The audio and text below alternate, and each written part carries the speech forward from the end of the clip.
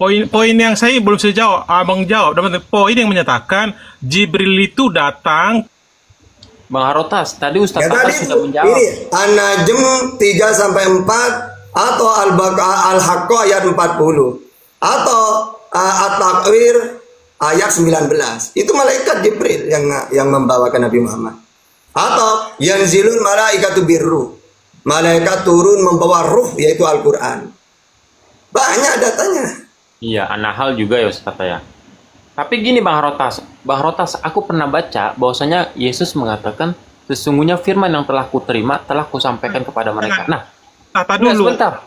Yang kepanasan. Enggak, aku Saya keluarlah kalau gitu. Ini kok aku mau nanya, firman apa yang pertama Yesus terima dan dari siapa dia menerimanya Ustaz? Pak Bang Harotas, silakan. Berat Bang Ferry. Jawabannya kabur dia. Bang Ferry nanyanya langsung ke jantung. Aduh.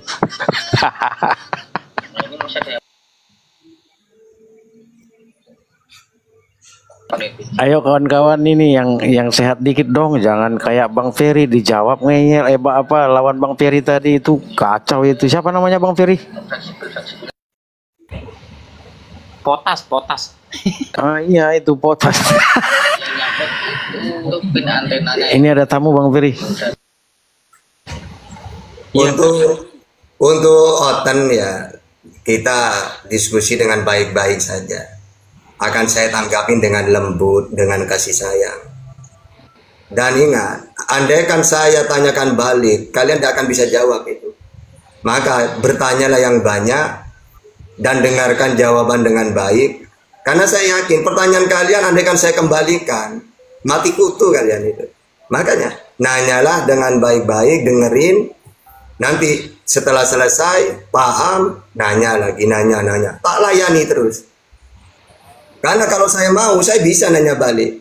Seperti pertanyaan yang sama. Dan kalian pasti bingung, tak punya jawaban itu. Gitu. Jangan, lanjut Pak. Iya Kak Yani, selamat sore. Assalamualaikum kalau Muslim, Kak Yani. Kak Yani.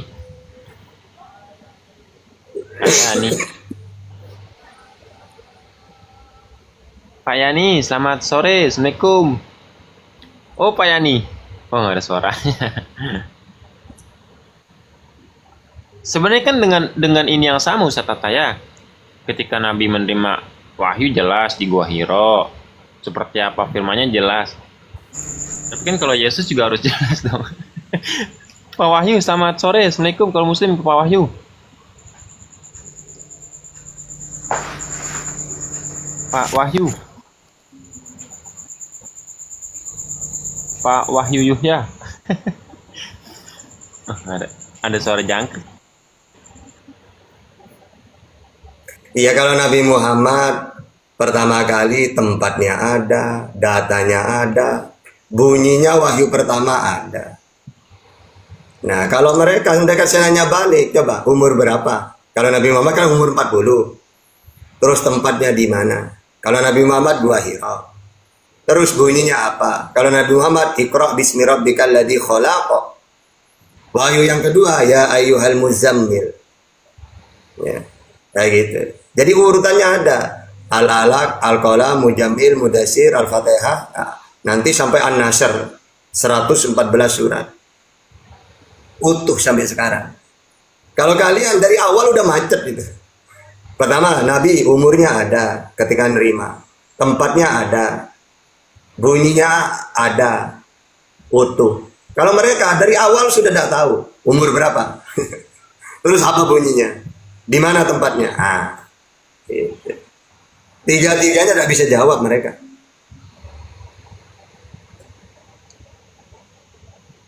Tapi Ustadz Tata, kalau Nabi Isa alaihissalam itu sendiri, dia menerima wahyu itu di umur berapa Ustadz Tata?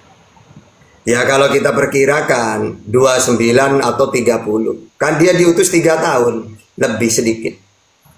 Ya. Kan 33 beliau diangkat.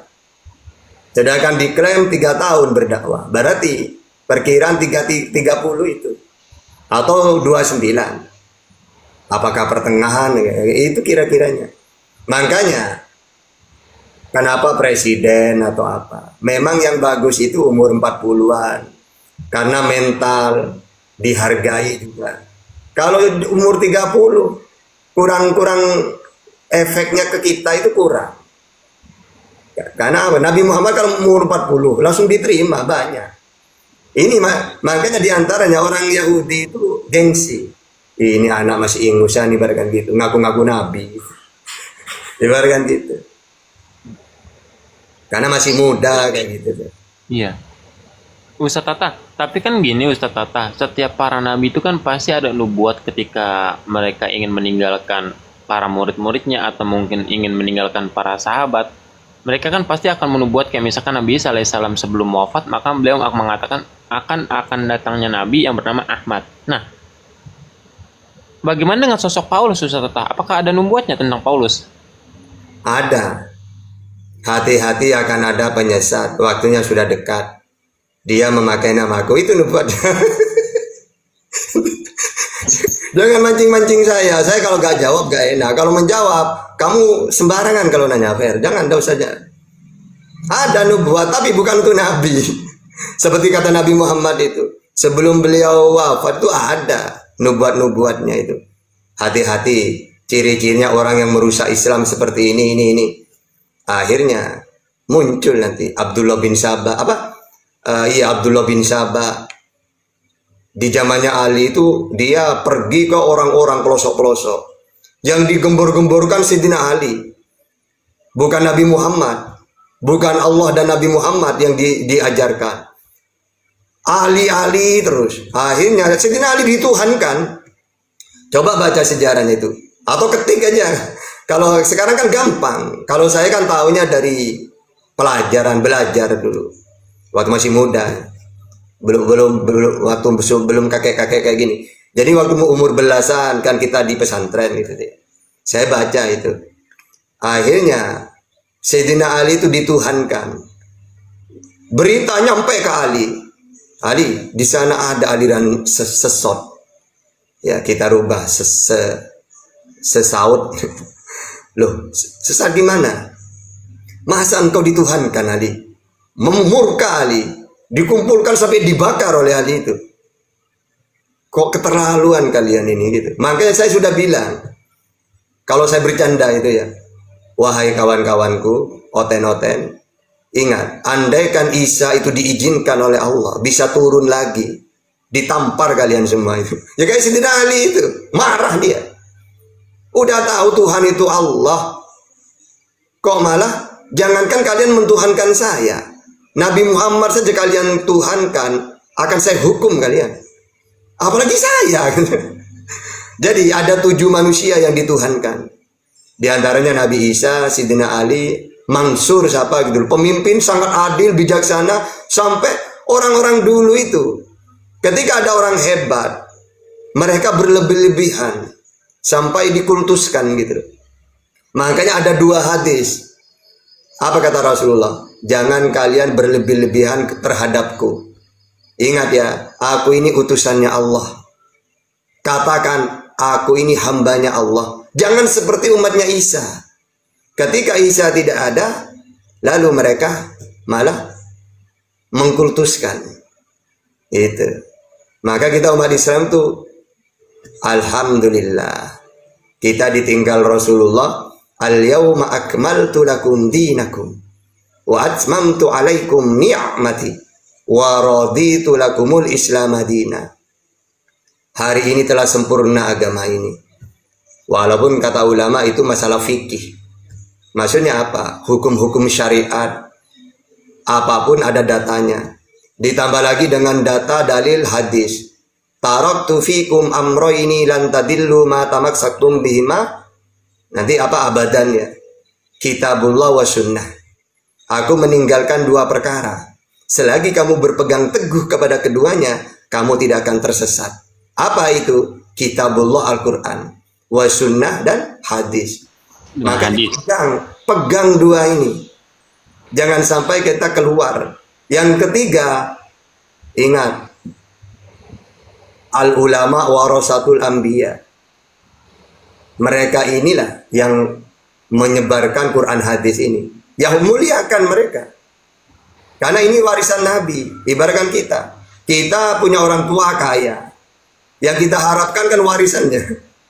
Nah sekarang kenapa ketika warisannya Rasulullah kita abaikan? Apa itu? Ulama. Nah, jangan. Itu harta terbesar itu seharusnya. Kita harus lindungi, muliakan gitu. Silakan ini tamu-tamu. Iya. Ini Bang Meguro, selamat sore. Assalamualaikum kalau Islam. Bang Meguro. Selamat sore. Bang Meguro Muslim atau Kristen, Bang? Oten. Oh, Oten. Iya, silakan Bang. Gimana, Bang? Nah, ini ketemu lagi sama Ustadz Tahta. Saya ingin nanya nih ya, apakah malaikat Jibril itu sama dengan Gabriel? Ya kan, kalau Gabriel adanya di Bible, kalau Jibril kan adanya di Quran. Apakah ini dua malaikat yang sama atau beda? Kalau menurut Sebenarnya Tahta? itu dari segi Quran forensik sama sih, Bang. Hanya dari segi iya. peribahasa. Contohnya kayak ISO. Tunggu. Gitu. Nanti ini. Silakan Tata. Jadi malaikat Jibril itu mempunyai beberapa nama dalam Al-Quran. Ibaratkan sebutan. Pertama, As-Su'ara ayat 193.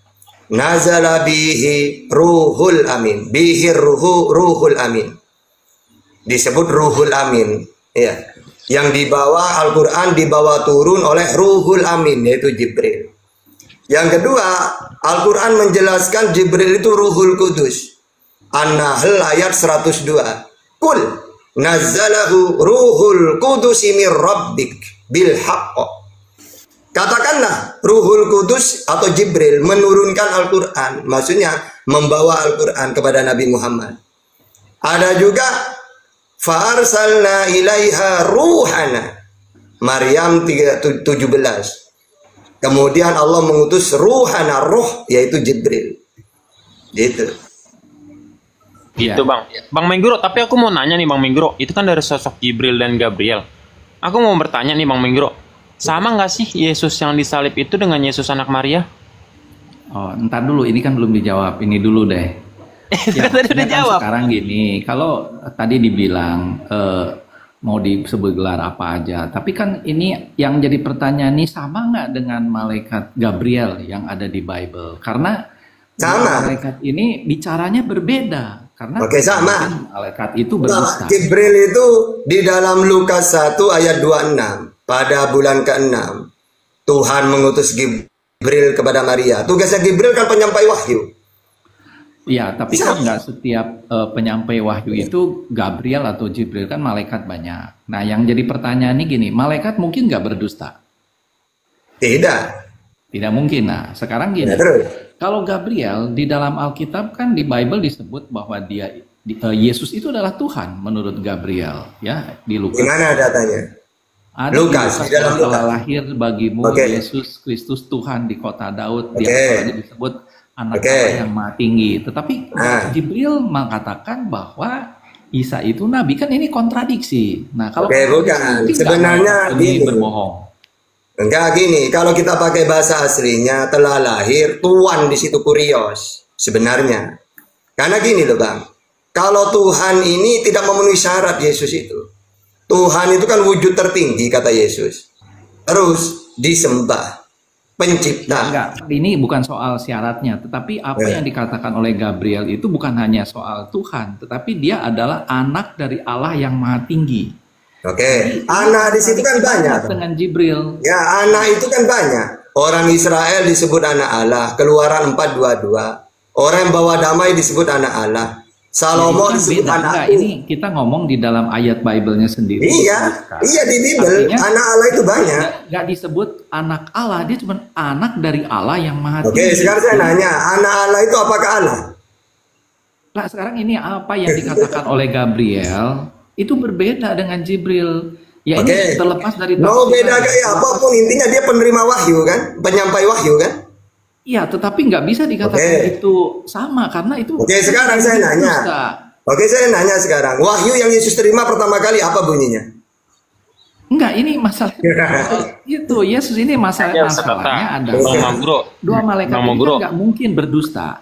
Bang Iya, Mangguro, tidak berdusta. Buktinya Nabi Muhammad menerima wahyu dari melalui Jibril. Ada utuh sampai sekarang. Ala Ya, kalau ini kan masalahnya cuma soal Nah sekarang, nama, ya. Bapak, Nama itu, sekarang, kalau ketika nama Yesus sama, menerima wahyu dari Jibril, apa yang pertama kali Yesus sampaikan? Yang diterima. Jangan-jangan Anda yang berubah nanti. Ayo. Anda ini mengatakan, apakah Jibril berbohong misalnya? Lah buktinya, wahyu ada sampai sekarang kepada Nabi Muhammad. Justru kalian ini mungkin berbohong Yesus menerima firman dari Jibril. Nah buktinya kata Yesus, apa yang aku sampaikan sebagaimana difirmankan oleh Allah kepadaku. Yohanes 12:50. Dan aku mendengar firman itu. Yohanes 15:15. Setelah aku dengar, aku sampaikan kepada Israel umatku. Yohanes 17:8. Pertanyaannya, mana firman itu?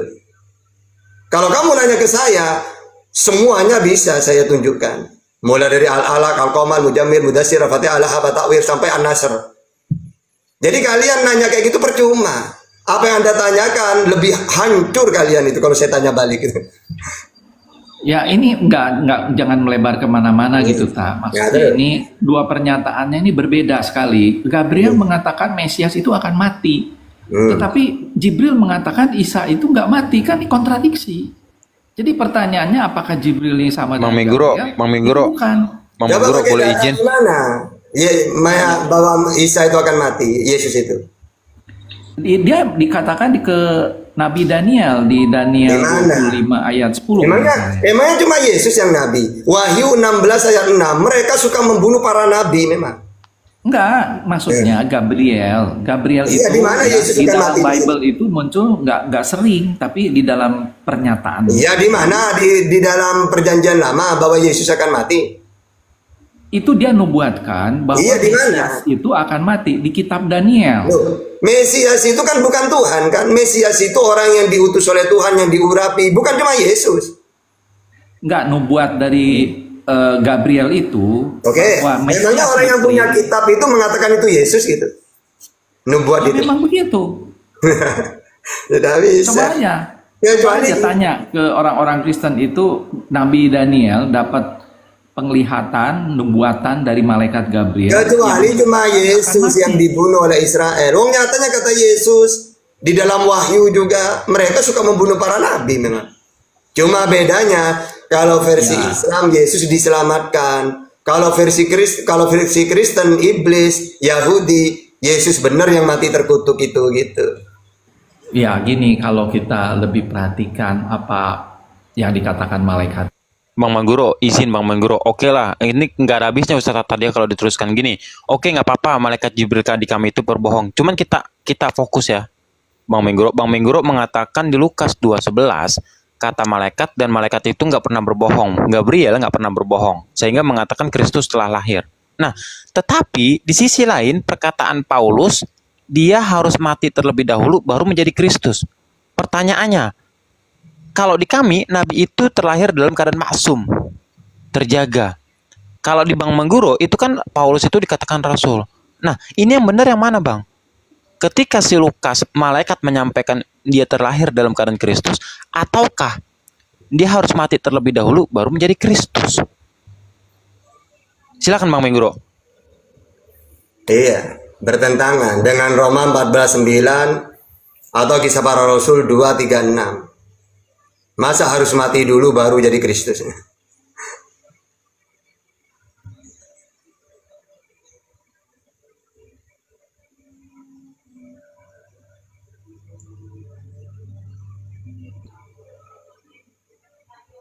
Macet. Kemute itu Bang Mangguro, kemute. Halo, jelas?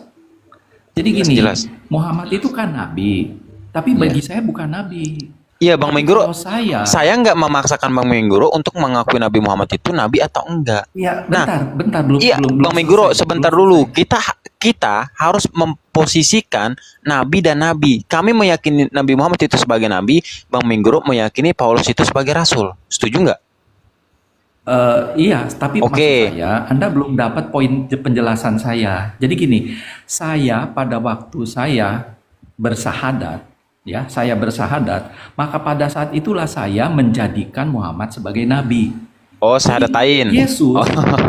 bukan. Jadi kalau Yesus itu disalib, bangkit, itulah yang menjadikan dia Tuhan bagi seluruh orang yang percaya. Kalau bagi orang yang nggak percaya, mah dia bukan Itu Tuhan. di mana datanya itu?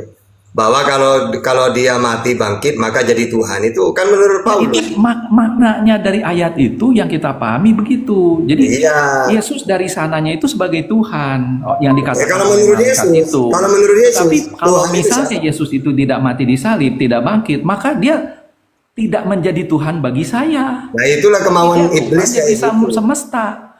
Ya kan, sama seperti tadi analogi saya. Pada saat saya sahadat, saya menjadikan Muhammad sebagai nabi. Lalu kapan Muhammad sebagai nabi? Bisa 2 kali dong. Ya memang dia awalnya nabi, terus yang kedua Emang saya kau yang nabi jadikan. dengan sahadat. Kok tadi bahasamu artinya kok bahwa kacau Yesus bener dijadikan ini, Mang. Tuhan itu Halo, Mang. pada saat dia disalib. Bangun. Itu pengertiannya.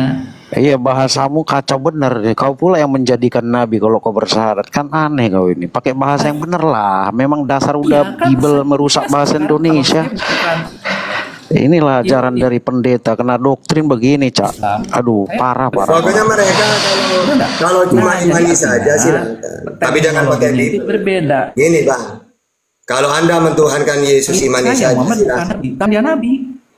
Walaupun Yesus ngaku nabi, dia Yesus itu. Gimana? Jadi kalau kalian cuma imani saja mau Yesus itu Tuhan silahkan. Tapi jangan pakai Bible. Ya berhadapan dengan tahta kamu. Nggak mungkin bisa. Kalah data kamu. Karena yang paham Bible itu umat Islam, bukan Kristen.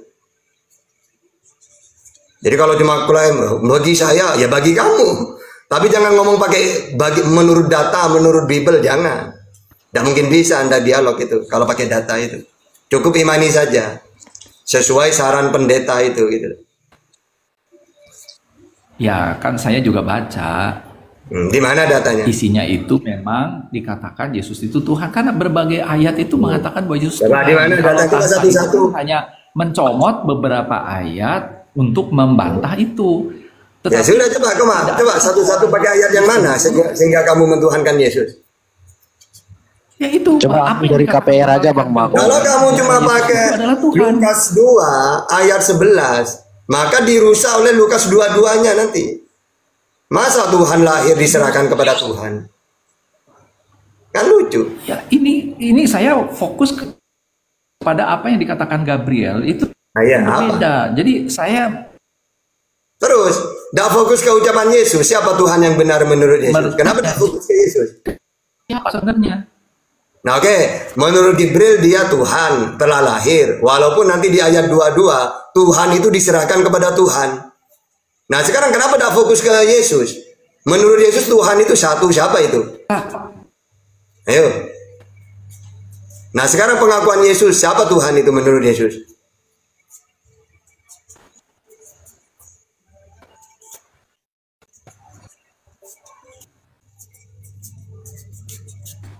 Percaya Islam, Muhammad sebagai nabi, kata siapa? Kata malaikat itu Tuhan. Kan jadi benar Bang nggak? Mingguro, dengerin Jadi dulu. Gabriel dengan Jibril itu Bang Mingguro, kalau kayak gitu terus itu nggak ada habisnya. Tadi saya bertanya simpel.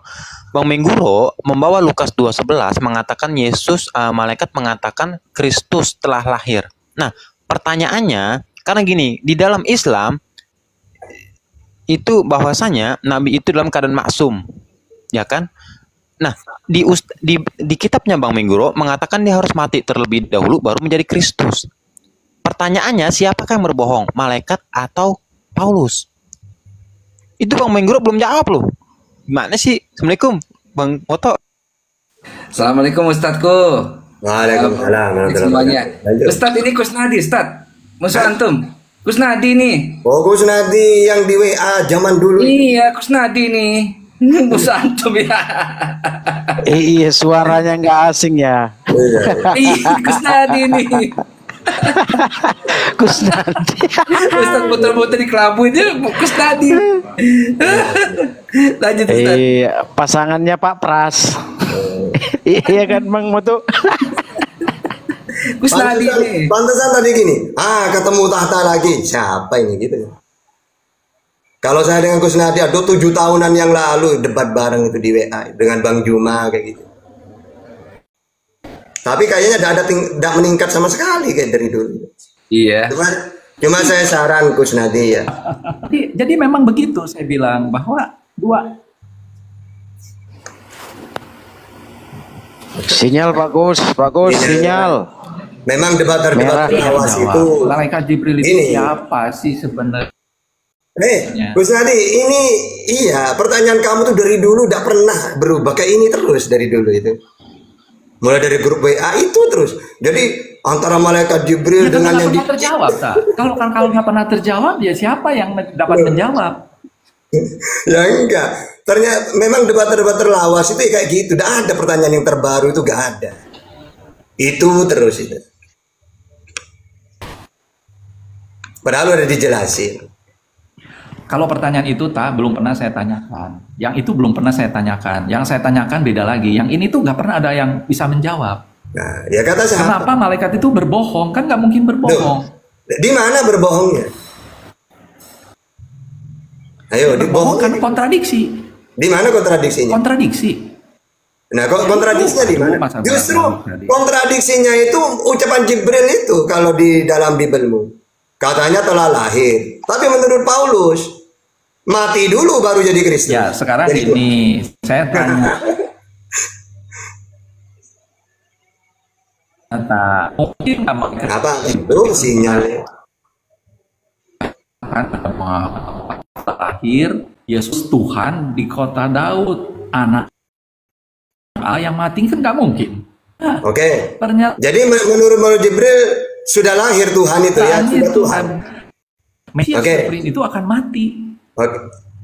Yang enggak yang benar, Dibuatkan yang di situ. benar tunggu tunggu Ustadi. Muhammad itu akan lahir sebagai nabi kalau ini saya sinyal. salah. Repot kalau sinyal tidak nyampe suara saya. Jadi yang benar itu sudah lahir udah menjadi Tuhan atau harus mati dulu yang benar? Ya? Kan saya bilang tadi dua-duanya tak, dua-duanya. Oh, dua-duanya mau bertentangan. Yang satu sejak lahir sudah Tuhan. Tapi menurut Paulus dalam Roma 14:9 mati dulu supaya menjadi Tuhan. Gimana?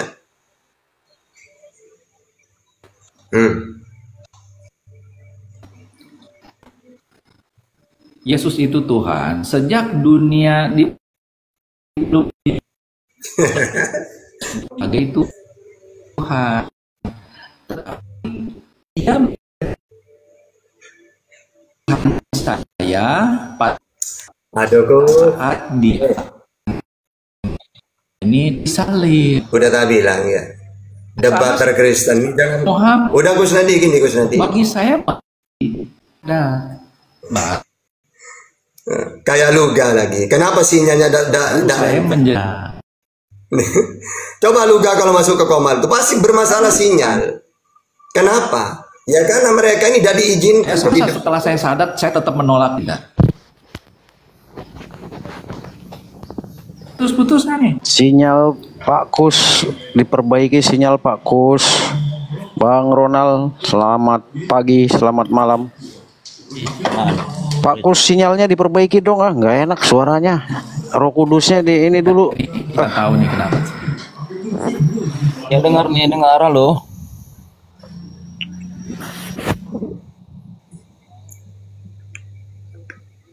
Halo, dengar nih? Silakan. Iya, Ronald, silakan. Iya dengar. Iya, dengar. Dengar, Bang Ronald. Bang Ronald Muslim apa Kristen, Bang Ronald? Kristen. Kenapa masih Kristen? Oh, ada jaminan hidup kekal. Apa jaminannya? Ada jaminan hidup kekal. Iya, di mana datanya dijamin hidup yang kekal?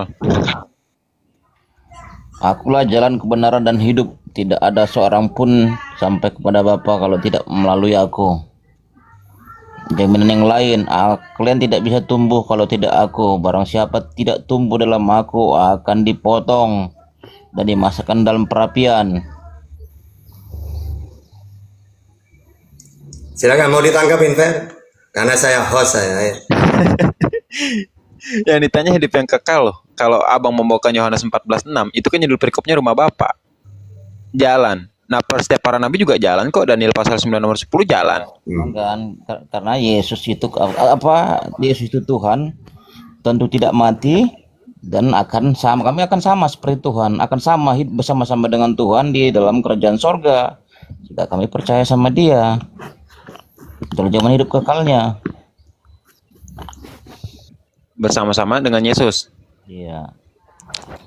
Tadi ingat nggak pertanyaan saya, di mana datanya yang dijamin hidup yang kekal mengaku Yesus Tuhan? Aku ceritakan data-data gitu nanti Nah, sampai Bang, sebentar dulu, Bang Ronald. Karena apa? Yohanes 17:3 mengatakan untuk mencapai hidup yang kekal itu, mengatakan Tuhan satu-satunya yang benar itu Allah dan Yesus Kristus sebagai utusan.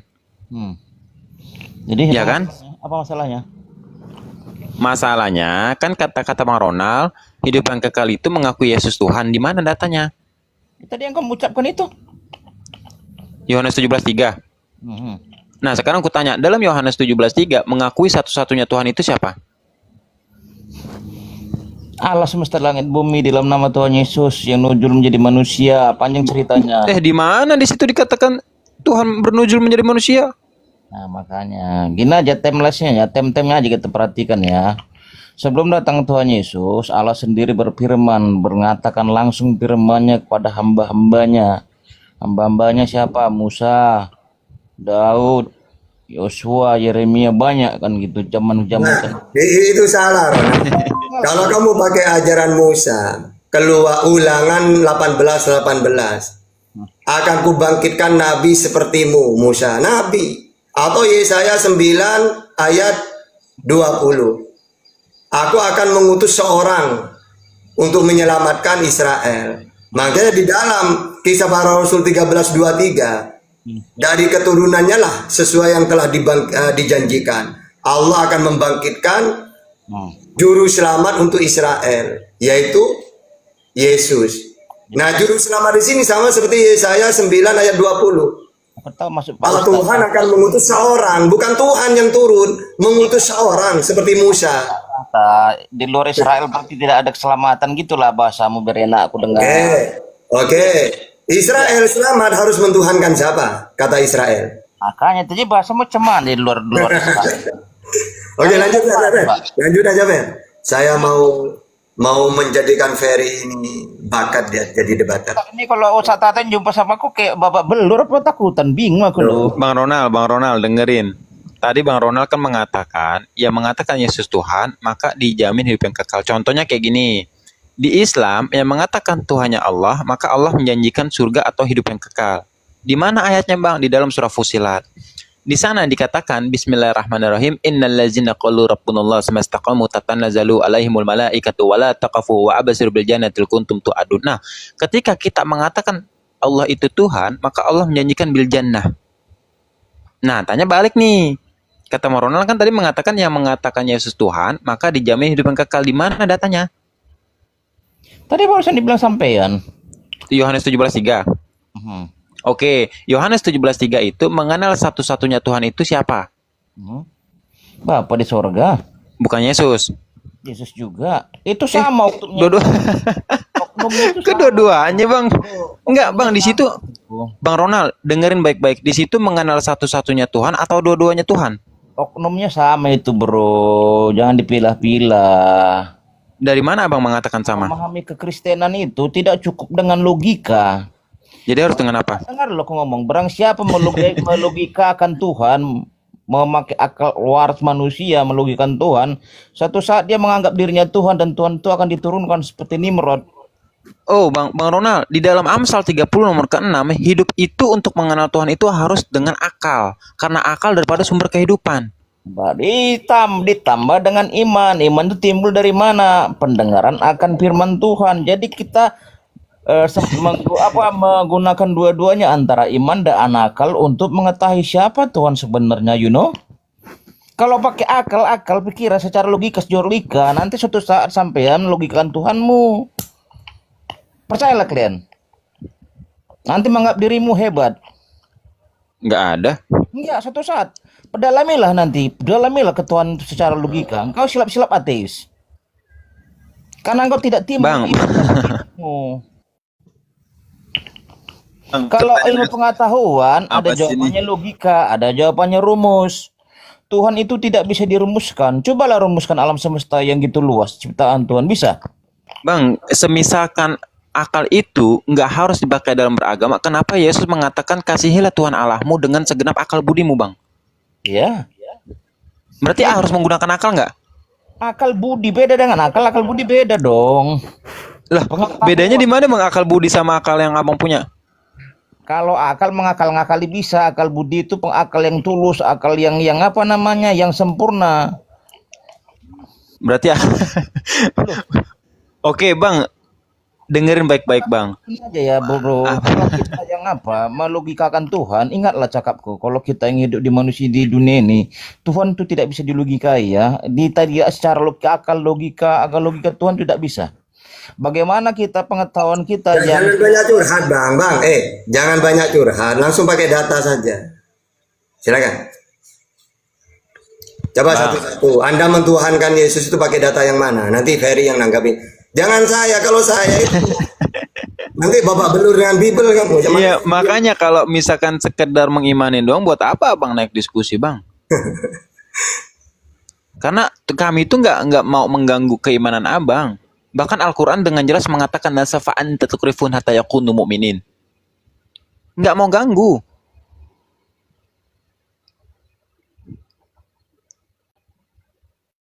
Bang Ronald, dibuka mute-nya. Cobalah logikakan atau pecahkan secara akal manusia. Bang, logika sekarang lagi nyanyi-nyanyi, nggak ada di sini, Bang. Coba jawab dulu Pak Ustaz Tahta sama Bang Ferry. Jawab, gimana logika Tuhan itu? Gini, Bang. Gini loh, Bang. Gini, tunggu. Nggak usah pakai logika, nggak usah gini loh. Ada kenalkan Tuhan menurut Bible itu seperti apa, siapa, coba. Pakai data. Kalau cuma curhat, di sini bukan gereja. Ini grup dialog, ini komal dialog ini. Bang Ronald, gini, makanya di Islam itu ada namanya dalil akli dan dalil nakli. Data dan baru menggunakan akal. Nah, ketika Bang, gini aja Bang, tunjukin di mana datanya dalam Bible Yesus mengatakan adalah Tuhan atau mengatakan Yesus Tuhan dijamin hidup yang kekal. Di mana datanya? Ada banyak, bro. Cuman lupa nanti kalau aku ceritakan sama kalian. Ya kok lupa? Kenapa lupa? Coba gini aja lah. Saya tahu pertanyaan sama Pak Tahta sama Bang Ferry ya. Ada nggak seperti Yesus yang mati, bangkit dan orang mati naik surga? Yang seperti dia pemuka agama di dunia ini, yang mengajarkan agama atau aliran atau kepercayaan, pindah agama hari ini. Bang, tolak ukur untuk mencari kebenaran, dia bukan harus mati lalu bangkit, gak kayak gitu, Bang. Karena yang berselamat kita upah manusia ini tetap kematian, bro. Yang menyelamatkan, yang mampu menyelamatkan kematian hanya Yesus. Menyelamatkan kematian hanya Yesus. Ya. Karena di mana datanya, Bang? Karena dia sendiri, Bang, mampu mengalahkan kematian apa? Bangkit dari antara orang mati. Bisa nggak bangkit sendiri dia? Hah? Bisa bangkit sendiri. Walaupun dikatakan bangkit oleh karena Allah, siapa tunjukkan kemanusiaannya? Ada nggak sampai sekarang detik ini? Ya berarti bukan Tuhan dong. Terus yang membangkitkan dia siapa berarti? Bang Ronald, yang Tuhan ini, Bang, sebentar, Bang. Yang Abang anggap Tuhan ini yang membangkitkan atau yang dibangkitkan, Bang?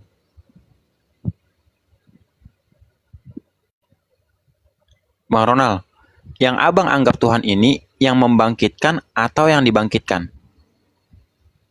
Kan ada dua pribadi, yang satu dibangkitkan, yang satu membangkitkan.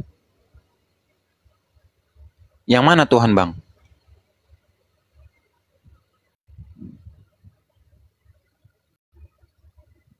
Fer, kamu kan moderator, Fer ya. Jaga sebentar ya, saya mau sholat sebentar ya. Ada nggak seperti itu? Iya. Akankah dibangkitkan atau dibangkitkan? Yaudah, nggak ada. Bang, sekarang pertanyaan saya, Bang Ronald, dengerin. Pertanyaan saya, yang Tuhan ini yang membangkitkan atau yang dibangkitkan? Dua-duanya. Berarti Tuhan Abang dua? Nggak ngerti. Itu kan kita kerja di. Iya kan, bahkan ada dua pribadi. Itu kan kata kerja, bukan kata benda itu. Dari mana, Bang, mengatakan? Bangkitkan dan dibangkitkan. Itu kan kata kerja, bukan kata benda. Gimana sih? Bang, ketika saya mengatakan saya membangkitkan Ronald, apakah itu satu pribadi atau dua pribadi? Ronald dibangkitkan oleh Ferry Z, satu pribadi atau dua pribadi, Bang? Dua pribadi. Nah, berarti ketika Abang mengatakan dua-duanya Tuhan, berarti Tuhan Abang dua dong? Kan dua pribadi. Kok biar ku buat analogikan ya, perumpamaan sederhana ya Bang Ferry ya. Anda Ferry, namanya Ferry. Udah Ferry jahit. Kemudian yang keluar dari mulutmu itu Ferry enggak? Cakap, Enggak. Enggak. Keluar ini dari siapa? Enggak.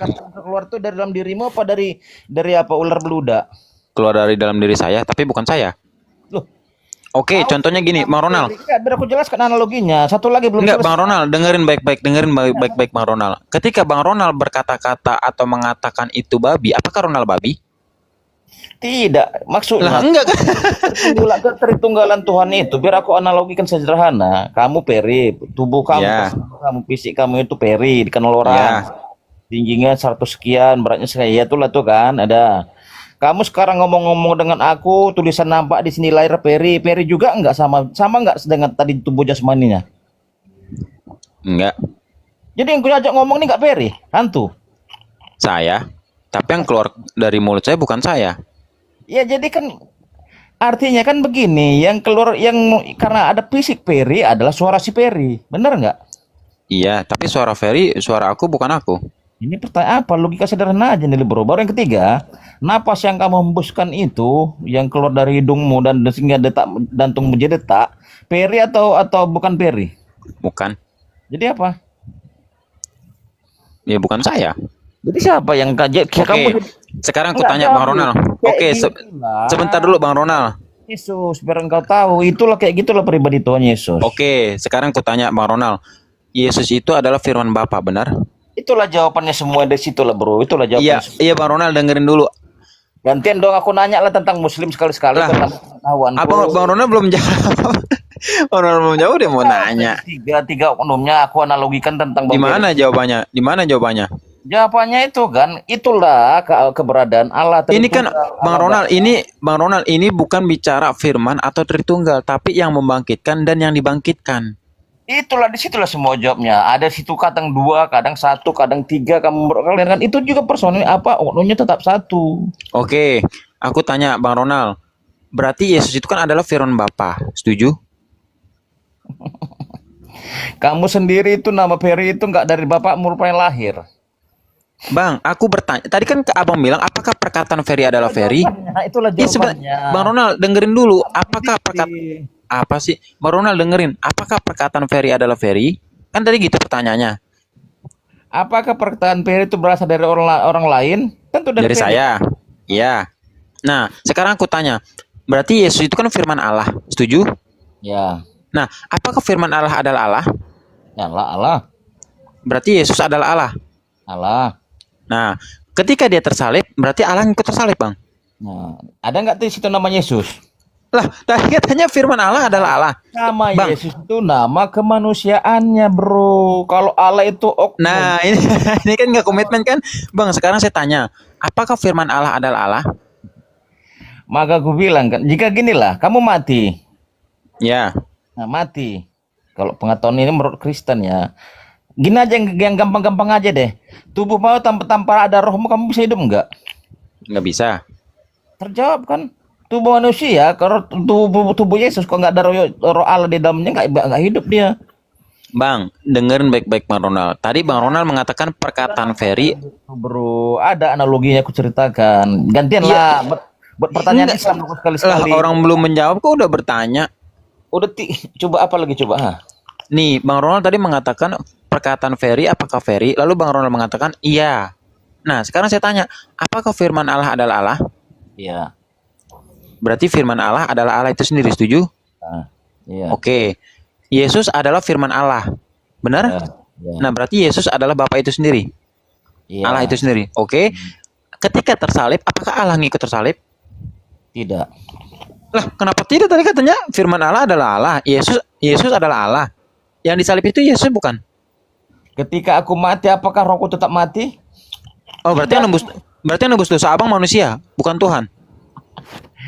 Gini bro, bertahu. Nah gimana? Karena gini, yang mau diselamatkan itu manusia, yang datang ke dunia ini harus manusia, bro. Kalau nanti Tuhan datang ke sendiri ke dunia, bisa nggak? Nggak bisa, karena orang kalau melihat Tuhan yang bentuknya roh dia akan mati. Bang, Atau saya paham. ya, Makanya yang kan dikatakan Tuhan Bang itu Ronald, pohon anggur atau apa namanya atau ular naga. Bisa nggak manusia nerimanya? iya Bang Ronald, dengerin dulu. Tadi Bang Ya, Ronald jawab mengatakan, dulu. Jawab dulu lah, coba. Bang, aku nggak bicara tentang kemanusiaannya, Bang. Jadi Yang aku tadi kata Abang, apakah perkataan Ferry adalah Ferry? Abang bilang iya. Nah, apakah firman Bapa adalah Bapa? Coba nah, jawab dulu Bang yang komitmen. Apakah firman Bapa adalah Bapa? gini lah, nggak ngerti sampean lo. Lah, Kenapa? enggak, jawab dulu Bang, jawab dulu. Apakah firman Bapa adalah Bapa? Dengar, firman Tuhan mengatakan pada mulanya adalah firman dan firman itu bersama-sama dengan Allah dan firman Dan itu firman itu adalah Allah. Yohanes 1 ayat 2-nya Iya. telah menjadi daging katanya kan. Siapa daging itu? Yesus.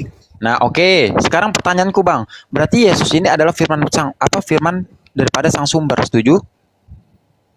Iya. Oke. Tapi yang Apakah muncul apa menjadi daging. Bang, aku nggak bertanya tentang dagingnya. Yang aku pertanyakan, apakah firman Bapa adalah Bapa? Kan nggak kau jelaskan. Kau jelaskan firman itu sudah menjadi daging. Bang, Masuk ke pikiranmu nggak? iya, Bang, dengerin dulu. Daging ini adalah firman kan? Masuk ke perut jadi daging. Bang, dengerin. Daging ini adalah firman kan? Kalau yang disalib itu tubuh kemanusiaan. Bang, aku nggak bertanya tentang tubuh kemanusiaan. Yang aku pertanyakan, yang disalib itu Allah kata kau kan? Bang, dengerin, Bang Ronald, dengerin baik-baik. Ketika dia menjadi manusia atau daging, daging ini adalah firman Bapa atau bukan, Bang? Kedagingan itu akan binasa, bro. Bang Ronald, aku nggak bertanya, Bang Ronald, dengerin dulu, aku nggak bertanya itu. Yang aku pertanyakan, ketika dia sudah menjadi daging atau manusia, daging ini atau manusia ini firman Allah atau bukan, Bang? Yesus itu nama kemanusiaannya. Bang, aku nggak bertanya nama kemanusiaannya. Yang aku bertanyakan adalah ketika dia menjadi daging atau menjadi manusia, apakah yang menjadi daging atau menjadi manusia ini adalah firman Allah? Yang firman Allah kalimat tunglohnya itu ucapannya, coy. Iya, Bang, jawab aja. Yang menjadi daging atau manusia. Sama aja gini, apakah taiku sama dengan aku? Lah, Bang, gini Bang. Tadi Abang mengatakan apakah perkataan Ferry adalah Ferry? Udah jelaskan lu, kau nggak ngerti. Nah, iya makanya aku butuh jawaban dulu, Bang. Bang, aku jawab lu satu tentang apa Islam. Kau udah 57 kali. Nah, Abang belum menjawab. Udah aku jawab. Di mana jawabannya? Nujul itu ke dalam kemanusiaan itu Yesus Kristus. Nah, sekarang itu udah dengar aku. Bang Ronald, enggak? Pertanyaan aku mudah nggak tadi? Nyimak nggak, Bang? Pertanyaan aku. Coba. Oke, pertanyaan aku, Yesus ini kan adalah firman yang menjadi daging. Oke. Nah, apakah firman Allah adalah Allah? Iya. Berarti Yesus adalah Allah. Iya. Ketika Yesus kemanusiaannya tersalib, dagingnya tersalib, apakah Allah ikut tersalib? Yesus itu nama kemanusiaannya. Lah, aku nggak bicara nama, Bang, karena kan firman itu sudah menjadi daging.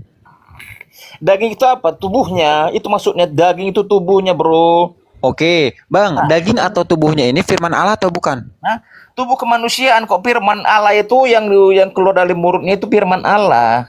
Nah, tadi Abang mengatakan apakah Bang Ronald dengerin. Abang mengatakan yang firman yang keluar dari mulut Allah. Berarti Yesus ini adalah firman. Kedagingan Yesus ini adalah firman. Setuju? Yang keluar dari mulutnya itu kalimat tunglonya itu kalimat Allah. Nah, sekarang aku tanya, Bang, dengerin baik-baik. Apakah tubuh kemanusiaan Yesus yang keluar dari ucapannya itu kalimat tunglo, kalimat Allah. Terus bisa Bang, aku nggak bisa kau pahami sampai situ nggak? Bang, dengerin baik-baik. Aku nggak bicara atau nggak bertanya. Bisa nggak kau pahami sampai situ? Tubuh kemanusiaannya namanya Yesus. Ucapannya itu kalimat tunglo, kalimat Allah. Sampai situ adalah pertanyaanmu. Coba. Free. Dia nggak paham pertanyaannya, Bang. Agak sulit bahasa Indonesianya kayaknya. si Peri nggak ngerti. Bang Ronald, enggak, karena Bang Ronald nggak nyambung. Tadi kan Bang Ronald bertanya sama saya, apakah perkataan Ferry adalah Ferry? Nah, Bang Ronald mengatakan perkataan Ferry adalah Ferry. Kau ikut tanya, namamu Peri. Ya. Tubuhmu tinggimu sekian sekian sekian, ya kan, itulah fisiknya tubuhnya Peri. Apa Ya. keluar dari mulutmu itu adalah berasal dari Peri yang nampak manusia? Benar. Nah, kayak gitu Tuhan Yesus. Nah, sekarang aku bertanya, kan abang membawakan Yohanes 1 pasal 1 sampai ke 14. Pada mulanya adalah firman. Jadi terus? Ya kan? Atau enggak gini, pada mulanya perkataan Ferry. Perkataan itu bersama-sama dengan Ferry. Dan perkataan itu adalah Ferry. Di nomor ke-14-nya, lalu perkataan itu menjadi Ferry. Berarti, yang tadinya perkataan sudah menjadi diri pribadi Ferry Z. Setuju? Oh, itu kan asumsimu sih, siapa? Nah, tadi kan abang menganalogikan dengan saya. Gimana sih? Analogi kau, asumsi cerita kau paksakan sesuai untuk ke aku, yang nggak bisa dong. 7 kali hari raya haji nggak nyambung. 7 kali hari raya haji, kalau yang kau mau apa yang kau ingin nih, nggak aku terima sampai 77 hari raya haji nggak jumpa kita perkataan ini. Bahan diskusi ini, udah. Ya kan Pak Ustadz Tata kan? Abang ini lucu bang. Ketika tadi menganalogikan dengan saya, sekarang saya balik di. Aku bilang kalau asumsimu, pengetahuanmu, logikamu itu apa namanya, apa yang kau ketahui, kau paksakan sama aku. 17 karya aja kita ngomong-ngomong di dunia maya ini nggak siap-siap. Ngerti? Bang Ronald, karena abang lucu loh. Tadi abang menganalogikan dengan saya. Nggak kau kasih, nggak fair kita. Iya makanya kan. Analogi abang itu saya balikan dalam konteks Yohanes 1 pasal 1 sampai 14. Bang Ronald, dengar baik-baik.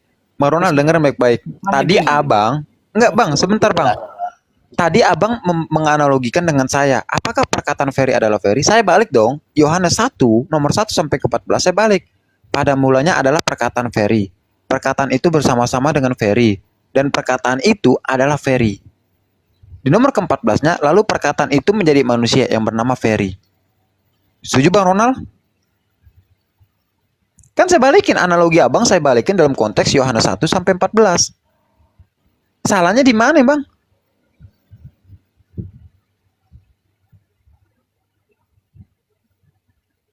Bang Ronald?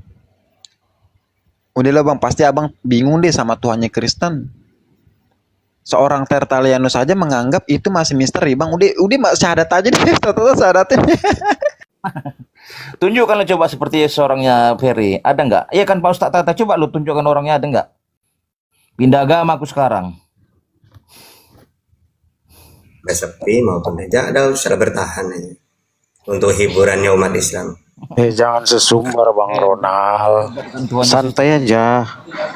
Rilek. Ayo. Enggak ada titik temu. Coba ada nggak yang tuh yang seperti Yesus manusianya lah gue tengok. Yang gue kenapa Yesus? Mati bang. Yesus itu naik ke sorga. Salah satu nabi yang gagal. Kok gagal?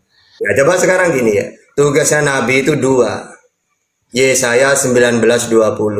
Menyelamatkan Israel dari penindasan. Terus menyelamatkan Israel supaya kekal di surga. Ya, terus. Nah Yesus menyelamatkan Israel gagal, dia yang dibunuh. Kalau Musa berhasil menyelamatkan dari Fir'aun. Yang kedua, Musa berhasil karena Israel mentuhankan Elohim yang dikenalkan Musa. Kalau Yesus udah gagal di dunia untuk membawa mereka ke surga, tidak bisa. Karena malah dia yang dituhankan. Padahal hidup yang kekal itu tunggu dulu. Buktinya kita udah naik ke surga. Kita pakai data. Sedangkan Yesus membawa hidup kekal ke surga gak ada, tidak bisa. Karena dia yang dituhankan. Padahal hidup yang kekal itu kata Yesus, Yohanes 5:24, Matius 19:16, Yohanes 17:3. Kalau seandainya Tuhan Yesus tuh nggak bangkit dari orang mati, aku mungkin nggak Kristen. Justru kalau dia mati gagal jadi Tuhan. Karena 1 Timotius gini. 1 Timotius 6:16. Yang namanya Tuhan tidak pernah mati. 1 detik pun tidak ada. Nah jadi kalau Yesus mati, kalau Kristen aneh. Menurut ajaran kitab suci, Tuhan itu tidak pernah mati. Syaratnya. Nah kalau menurut Kristen malah harus mati. Gantian lu coba aku bertanya, bisa nggak? Ya pakai data, ayo. Ini ada rekaman. Nanya apa? Ntar kan bisa nggak? Iya, saya jawab pakai Quran dan Bible ini. Ayo. Ya, ntar ya. Nanti Pak Cuma ya Pak Ustadz ya. Iya, iya. Sekarang nggak ya dibilangkan dia nanti ya. Iya, ayo.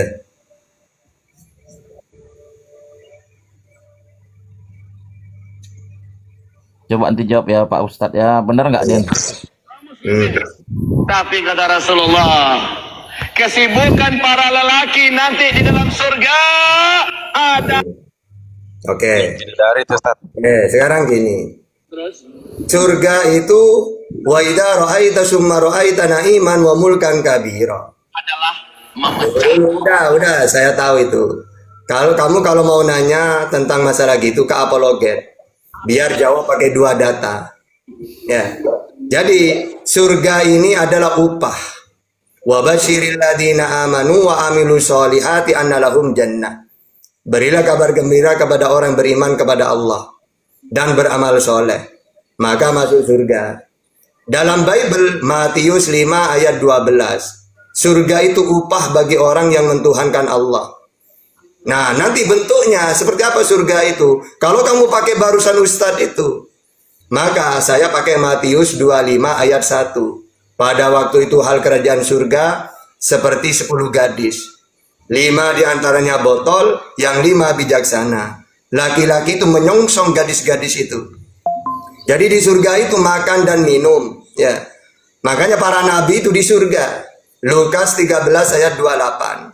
Bahkan dijamu makanan di surga itu. Lukas 14 ayat 14. Yesus sendiri minum anggur di surga. Matius 26-29. Juga Abraham, Ishak, Yakub makan-makan di surga. Matius 8 ayat 11.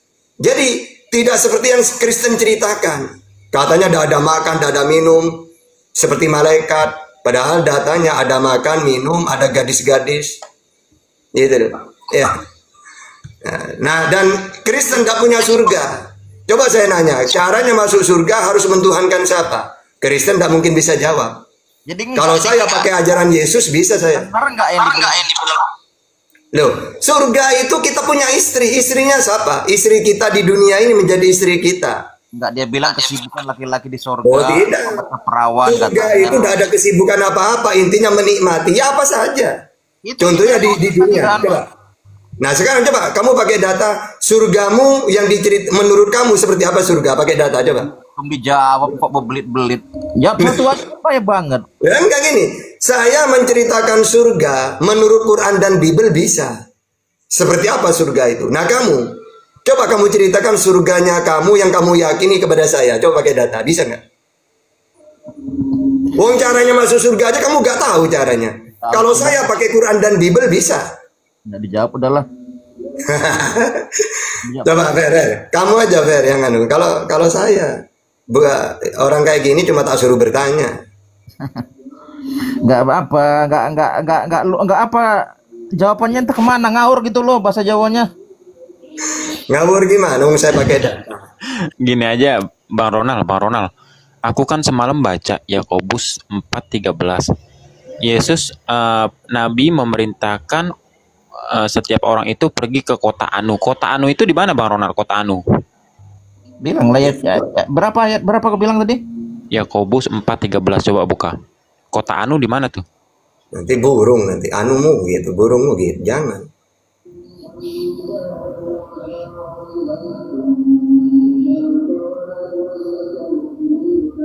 Yakobus berapa tadi? 4:13 coba buka.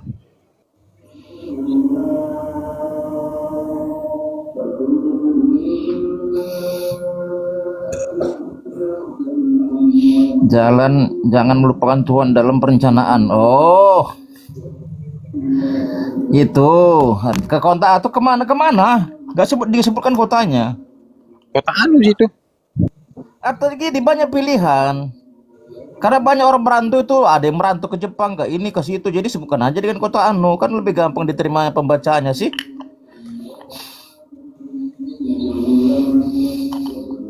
Iya, Pak Ustadz. Kenapa? Tanya kota Anu itu di mana? Kota Anu itu di mana Bang Ronald? Banyak nama-nama kota. Jadi banyak juga orang mau merantau. Konteks nasnya itu yang dimaksud. Kalau kita pergi merantau, jangan lupakan Tuhan dalam perencanaanmu. Jika kau pergi ke kota Anu, contohnya ke kota A, B, C, dan banyak nama kota. Jadi dibuat kota Anu sesuai dengan apa namanya bahasa Indonesia yang apa namanya yang mudah dimengerti. Biar jadi pembaca Alkitab itu tidak bingung. Nanti kok dituju kita ke kota Mekah, jadi orang ke kota Mekah dong semua merantau. Paham? Memudahkan membaca Bibel, mengerti. Dibilang kota Anu. Selamat sore Ustadz Tata. Ustadz Tata, saya mau respect dikit. Selama saya nonton Komal-Komal, saya salut sama Anda. Anda itu orang paling dingin, gak pernah menghujat. Biasanya saya kan kasar-kasar gitu. Tapi lama-lama setelah saya lihat-lihat, Ustadz Tata saya respect loh, benar. Keren. Aduh, Anda kan cewek yang muji ya? Bukan seperti itu maksudnya. Ustadz Tata itu orangnya apa ya? Hanya menjelaskan, tidak menghujat, tetapi pakai data. Itulah yang saya respect. Tanpa ada feedback yang bernarasi terlalu berlebihan, ya orang mau menerima enggak ya terserah kamu, yang penting saya udah menyampaikan sesuai data. Itu yang lama saya sering ikuti nonton, saya bilang, ini Ustadz ini keren juga, ternyata salut saya, benar. Ya memang cool bawanya Ustadz Tata nih, cool slow aja kan Pak Ustadz. Cool. Ada langsung aja, dialog aja lah, santai. Cukup jawab Pak Ustadz ya? Ustadz Tata saya mau nanya dikit. Abang Kristen apa Kristen? Saya Kristen. Kan Ustadz Tata udah tahu, masa nggak tahu saya sering. Lupa saya namanya Iya, sering saya masuk di Uniriva. Berat Cak Tahta ini, fans berat Cak Tahta. Ya lanjut Bang, tanya. Enggak, saya mau nanya, tadi malam kan itu ada debat si Bang Suma sama RK. Menurut pendapat Ustadz Tata itu seperti apa? Ya kalau menurut saya dari awal udah bukan tandingannya, bukan lawannya. Karena dari wajahnya, dari suaranya udah menyesal itu, tak lihat itu. Aduh, menyesal saya nantang Bang Juma gitu. Karena narasinya itu tidak bisa. Bang Juma datanya jelas, cara menyampaikannya jelas. Dia, ibaratkan gini loh Bang, ibaratkan petinju ya. Dia sudah jatuh terkapar beberapa kali. Wajahnya hancur. Bang Juma wajahnya masih utuh. Tiba-tiba Bang Juma ini kalah. Nah menurut saya kan tidak masuk akal gitu ya. Ini saya jujur ini ya, bukan saya membela karena dia abang ya, atau ya karena tak anggap abang pula dari dulu. Saya hanya nanya pendapat. Ayo kita jujur dengan tema itu. Coba saya demi Allah saya pakai secara jujur ini. Enggak imbang memang aslinya. Makanya walaupun diklaim salah, saya bahagia tetap. Gitu. Iya, tapi gini loh Bang Leomart, saya boleh nggak? Karena kan aneh nonton nih semalam Bang Leomart. Gini Bang Leomart, yang saya bangga adalah karena kan gini, kita bisa melihat diskusi mewakilkan Islam dan diskusi dari sisi Kristen. Dan yang kita bangga adalah, dengerin Bang Leomart, ketika sebelum berdiskusi, kata Bang Zuma mengatakan kita nggak mencari menang kalah. Yang kita cari adalah tentang kebenaran, pencerahan, dan kejujuran. Coba dengerin baik-baiknya lagi ya. Padahal temanya dia sendiri yang milih. Tapi seakan-akan tema itu dari Bang Juma, lebih menguasai Bang Juma itu. Jadi sebenarnya gak adil sebenarnya debatnya itu. Gak adil dalam hal ilmu. Tapi malah dikalahkan. Tapi tidak masalah. Bagi kami tetap tidak berubah. Maksudnya apa? Tetap dari awal saya bahagia. Iyalah betul itu Ustadz. Saya juga maupun kalah Kristen maupun menang, saya tetap pada pendirian saya. Kecil Bang Leomart suaranya. Maksudnya gini, saya pun kalaupun Bang RK kalah atau apa ya, saya sama aja sama Ustadz Tata gitu. Saya tetap pada pendirian saya bahwa ya saya orang percaya Tuhan gitu, beragama Kristen. Tapi Bang Leomart, intinya gini loh Bang Leomart, saya sebagai seorang mualaf, saya bangganya itu gini. Ternyata benar, di Islam itu diajarkan kejujuran. Coba Bang Leomart perhatikan, makanya tadi saya bilang, sebelum berdiskusi, Bang Zuma menyampaikan kita nggak butuh menang kalah. Kita nggak perlu. Yang kita cari adalah pencerahan, kebenaran, dan kejujuran. Dan ketika dari sang moderator atau si Superboy mengatakan ketika lawan argumen mensetujui si lawan argumen, maka dia dikatakan gugur. Benar nggak Bang Leomar? Iya sih, Ketika dia seperti itu. mensetujui bahwasannya lawan argumen itu memberikan sebuah statement, dan kalau disetujui oleh lawan argumen maka dia akan gugur. Dan pasti kedua belah pihak diskusi ini sudah mengetahui itu. Tetapi apa yang disampaikan ketika seorang RK bertanya apakah Maria anak manusia? Karena kejujuran seorang Bang Zuma, dia mengatakan iya. Kan itu yang membuat gugur. Tetapi yang kita ambil poinnya itu bukan menang kalah, tapi coba lihat kejujuran. Ketika dia dikatakan, apakah anak Maria itu manusia? Ya anak manusia. Masa kita mau bilang anak setan? Kan nggak mungkin. Nabi loh. Begitu kejujuran yang diajarkan oleh Islam. Itu yang pentingnya Bang Leomar. Iya, kesimpulannya kalau saya sih Bang lebih cenderung ke apanya aja. Memang benar kejujuran. Saya lebih cenderung ke memahaminya aja. Jadi kalau benar sih narasi Bang Suma, kita bukan cari siapa kalah siapa menang, tapi bagaimana kita membuktikan kebenarannya kan. Tapi tergantung pandangan kita masing-masing. Karena contoh saya beragama Kristen, jadi sudut pandang saya daripada agama Kristen. Begitu juga sebaliknya Abang sih, seperti itu sih. Tapi gini Bang, menurut pendapat Bang Leomar ketika semalam mendengarkan diskusinya Bang Zuma dan RK, itu kan sejak kapan Yesus menjadi Kristus? Kan kayak gitu Bang Leomar ya? Ya. Kalau menurut Bang Leomar sendiri gimana tanggapannya? Sejak kapan Yesus menjadi Kristus? Kalau saya nggak bisa menanggapi lebih ya, karena saya juga nggak terlalu menguasai tentang Bible, nggak kayak Bang Suma atau yang lain-lain. Saya lebih cenderung ke bawah saya terlahir sama Kristen aja gitu.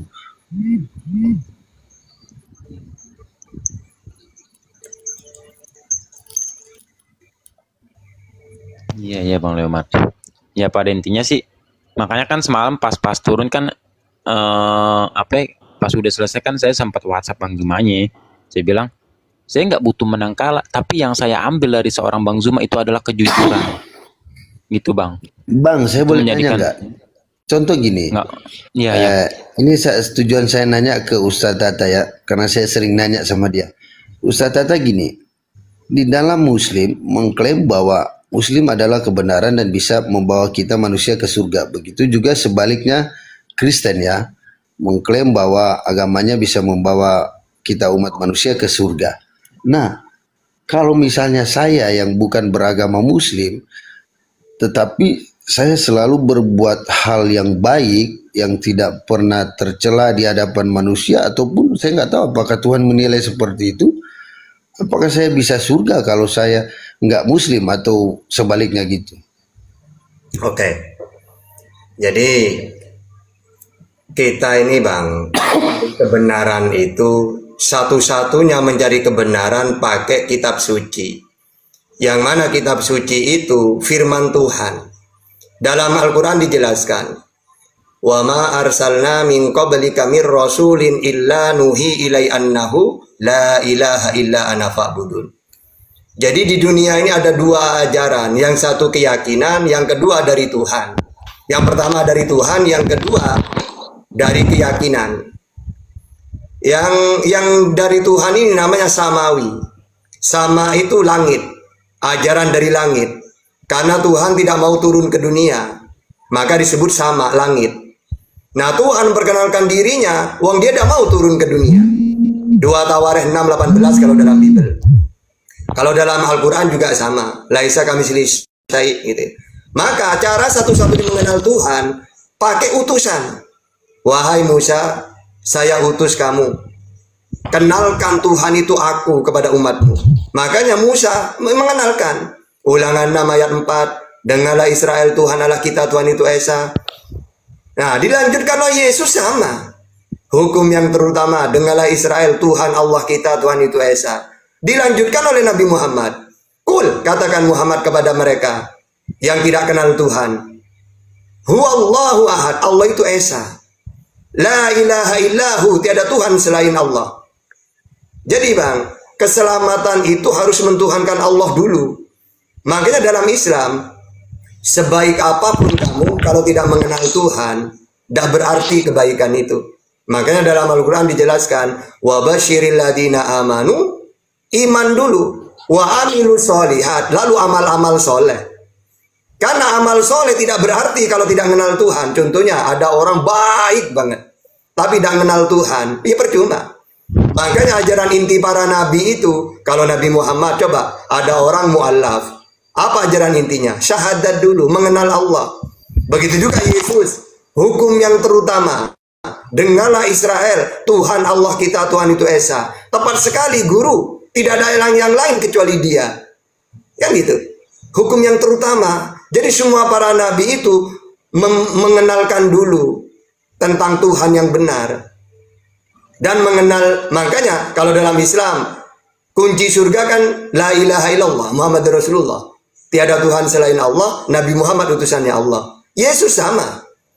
Matius 19:16, Yohanes 5:24, Yohanes 17:3. Kalau kamu ingin masuk surga, Tuhankanlah Allah.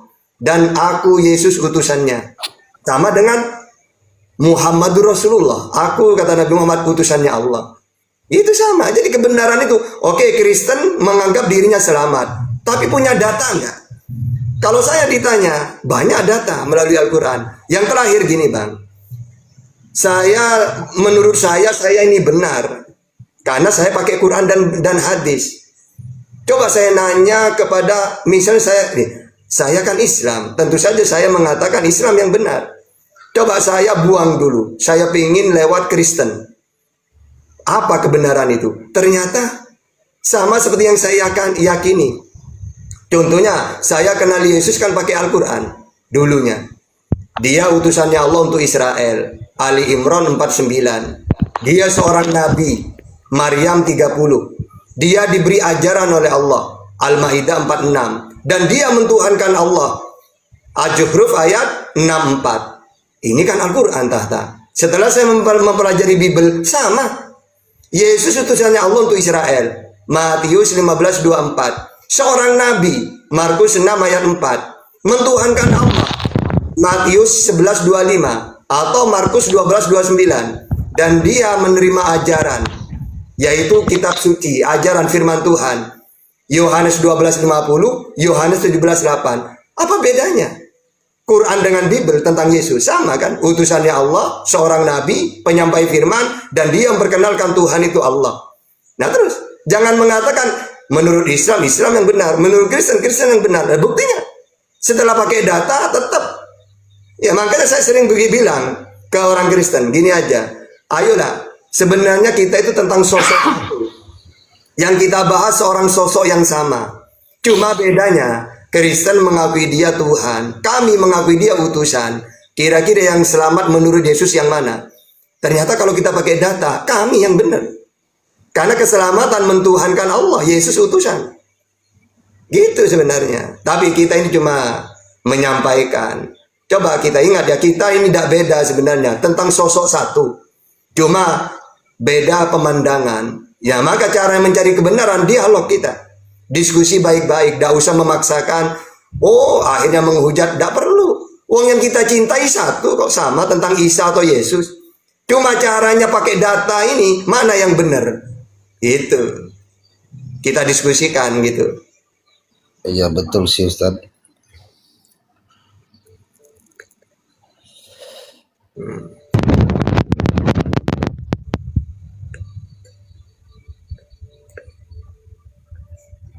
Sekarang mau nanya apa?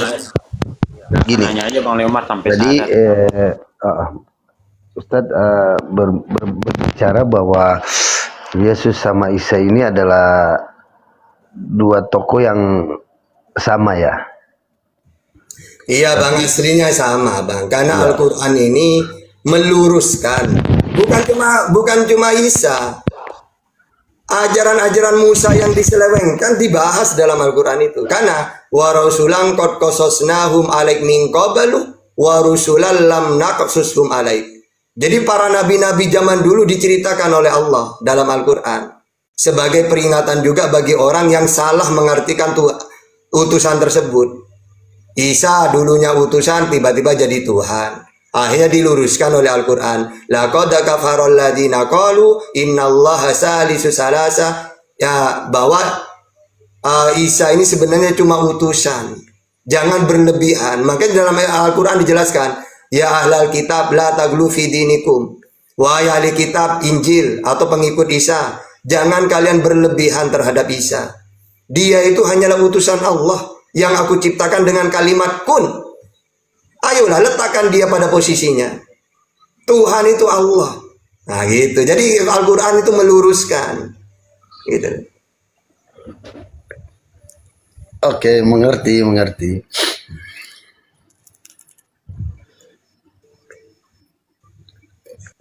Kalau mau nanya, silakan nanya.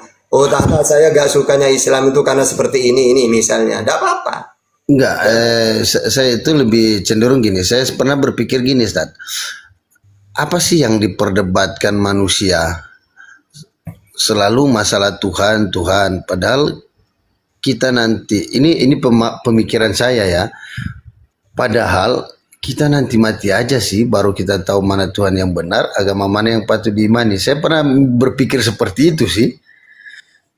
Gini, aku jawab boleh, Ustaz Atta? Tunggu.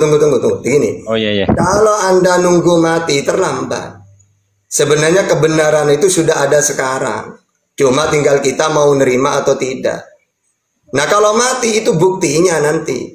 Nah kalau sekarang saya kan tadi udah bilang, kunci surga itu la ilaha illallah.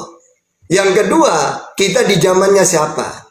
Andai kan saya di zamannya Yesus orang Israel, ya saya akan mengakui dia sebagai utusan sesuai ucapan dia. Nah kalau nanti mati itu beda. Apa dalam Al-Quran? Rubama yawaddul ladina kafaru law kanu muslimin atau muslimun. Nanti orang-orang kafir ini yang tidak mau beriman kepada Nabi Muhammad menyesal dia. Ya Allah, kenapa saya dulu tidak muslim? Padahal kami sudah debat. Islam udah nyampe ke saya. Gitu. Ya terlambat sudah kalau nunggu mati. Iyalah, secara logikal seperti itulah. Udah tahu kok kamu masih ngeyel gitu. Bang Leomard. Iya. Gini Bang Leomard, karena kan saya ini kan dulunya juga mantan Kristen Bang Leomard. Nah, tadi Bang Leomard mengatakan kenapa nanti kan ketika kita mati kan baru kita mengetahui kebenaran. Gini Bang Leomard, Allah itu sifatnya maha pencemburu. Bang Leomard boleh buka deh, di dalam Bible itu juga dikatakan tuh, di Keluaran pasal 20 nomor kelima, Keluaran 34:14, di Ulangan 4:24. Nah, Allah itu nggak mau diduakan. Makanya tadi dikatakan oleh Ustadz Tahta, laqad kafarul lazina qalu innallaha salisu salasa. Telah kafirlah orang-orang yang mengatakan Allah itu salah satu daripada yang ketiga.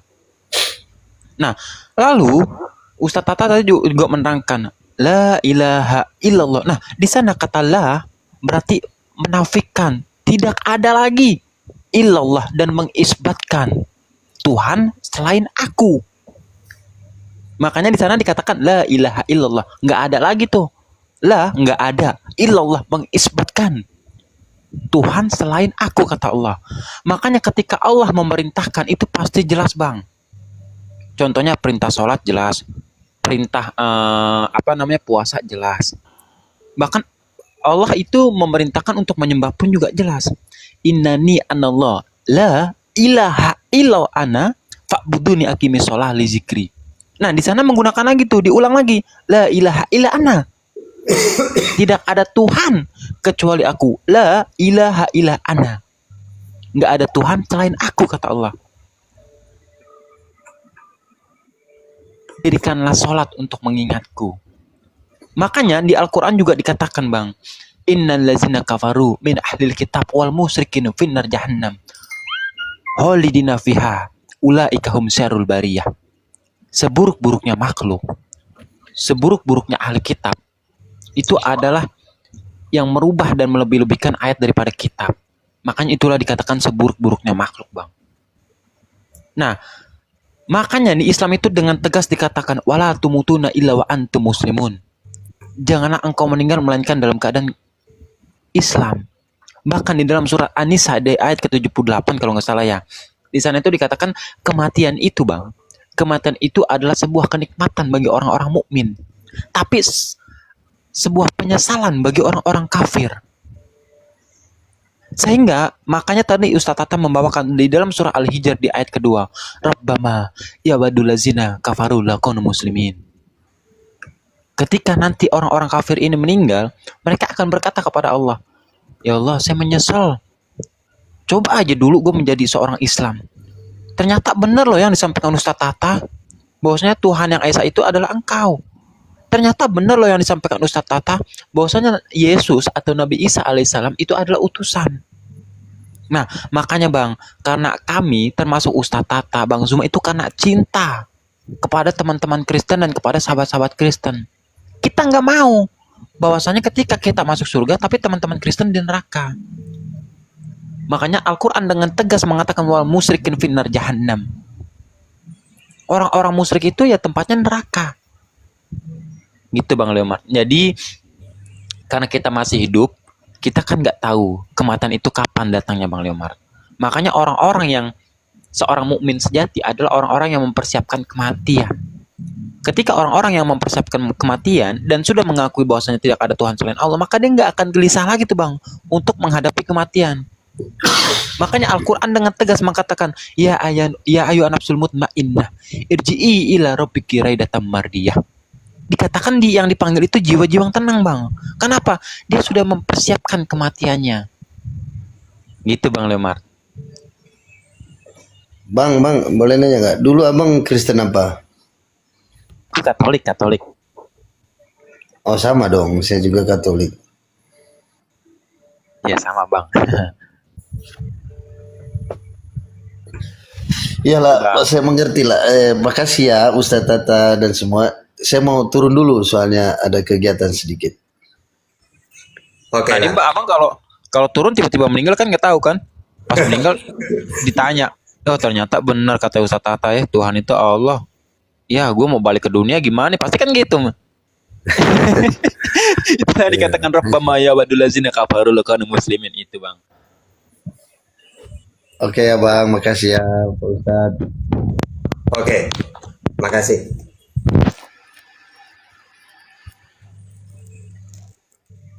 Silakan Pak, naikkan lagi Pak. Siapa? Kalau yang Muslim nanya tentang subhat aja, fitnah-fitnah, pelintiran-pelintiran.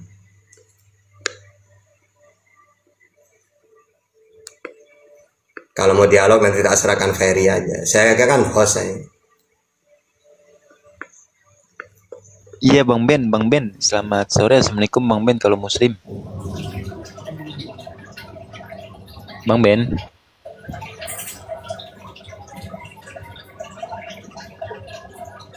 Bang Ben. Wah lagi mompak kayaknya. Bang Didi, selamat sore. Assalamualaikum Bang Didi. Bang Didik, selamat sore Bang. Assalamualaikum.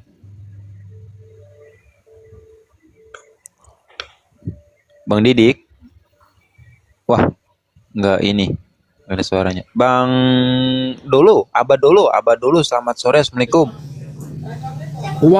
Assalamualaikum Ustadz Tata. Saya mau tanya Pak Ustadz. Waalaikumsalam. Saya mau tanya Pak Ustadz Tata ya. Kalau melaksanakan sholat Jumat, kalau ada halangan hujan ini bagaimana Pak Ustadz? Kalau hujan deras gitu Pak Ustadz. Ya kalau masih bisa berangkat. Kan ada payung gitu.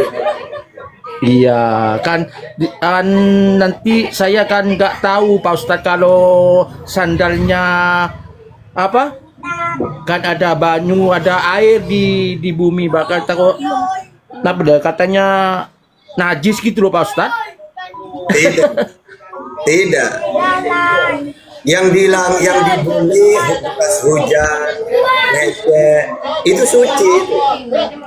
Kecuali benar-benar itu kotoran. Misal sampai terima kasih. Berjalan di kandangnya sapi, banyak kotoran itu. Terus kena jembatan itu. Baru naik. Kalau cuma hujan di jalan itu suci itu. Iya, termasuklah saya orang bodoh Pak Ustadz Tata. Ya, terima kasih Ustadz Tata, sehat selalu Pak Ustadz Tata ya. Ya, terima kasih Pak Ustadz ya. Assalamualaikum Pak Ustadz. Waalaikumsalam warahmatullahi wabarakatuh. Ya, Bang Muksin, selamat sore. Assalamualaikum Bang Muksin.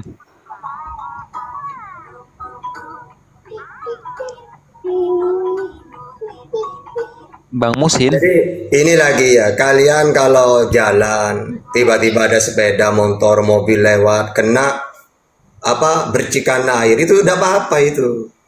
Jangan langsung aduh najis, jangan. Cuci tetap itu. Kan banyak di jalan kalau habis hujan itu air-air itu. Misal sampean kena itu, pulang ganti lagi, jangan. Kena tidak masalah, tidak najis itu. Kecuali benar-benar Anda tahu itu najis. Ya, ada kotorannya sapi misalkan besar itu. Nampak sudah. Maksud secara umum habis hujan kan banyak air itu. Andai kan kena sarung kita, baju, itu gak najis itu.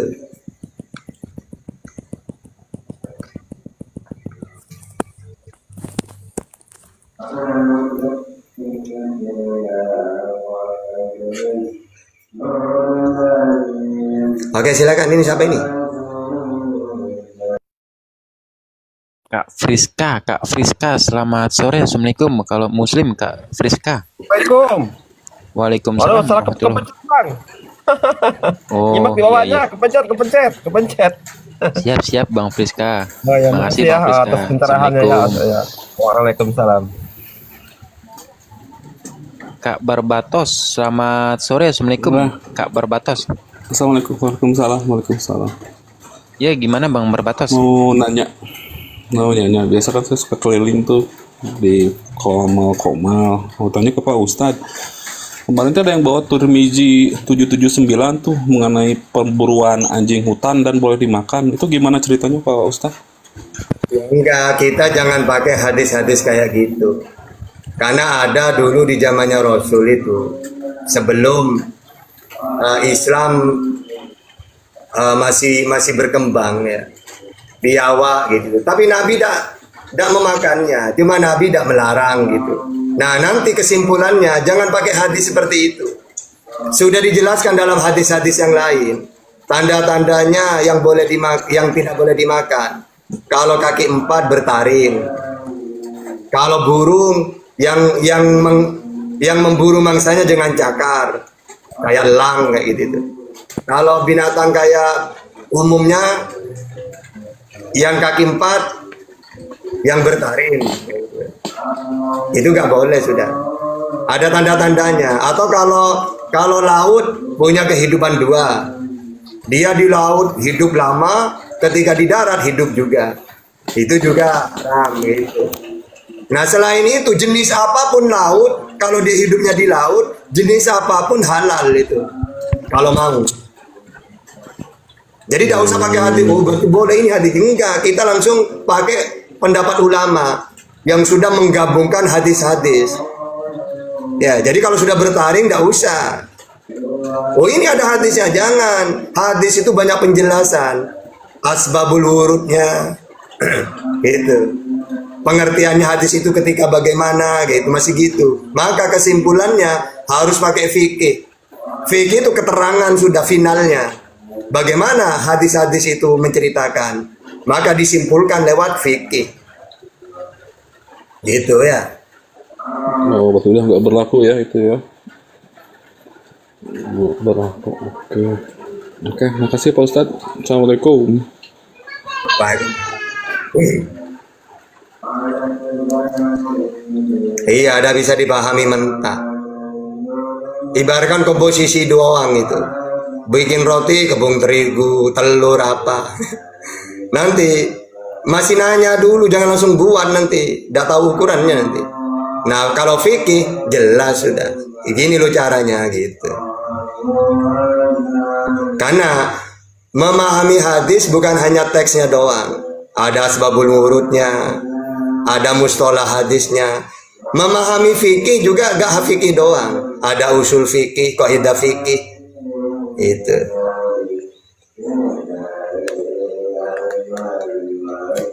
Tapi tidak usah bahas itu. Saya apologet, saya bukan ustadz. Saya sama seperti Bang Juma gitu.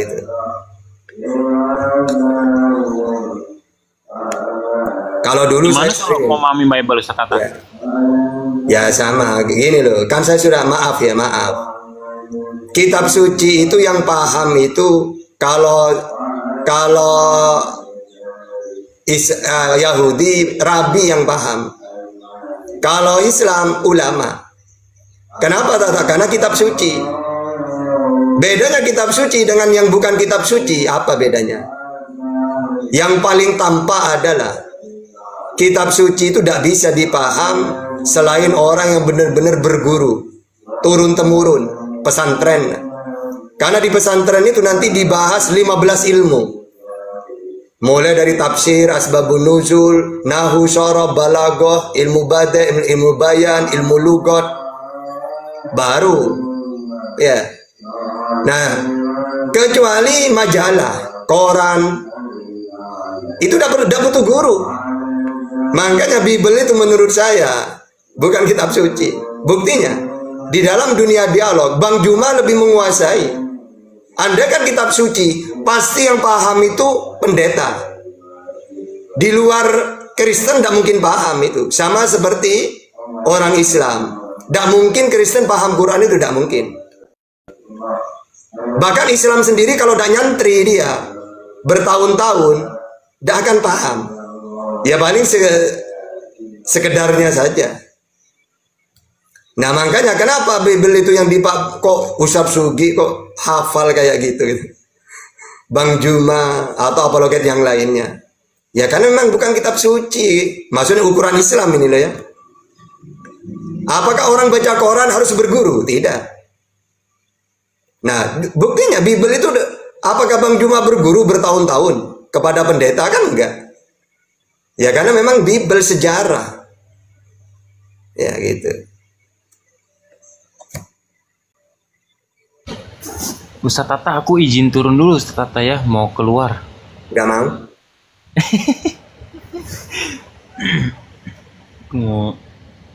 Siapa nih minta naik nih? Onta komik.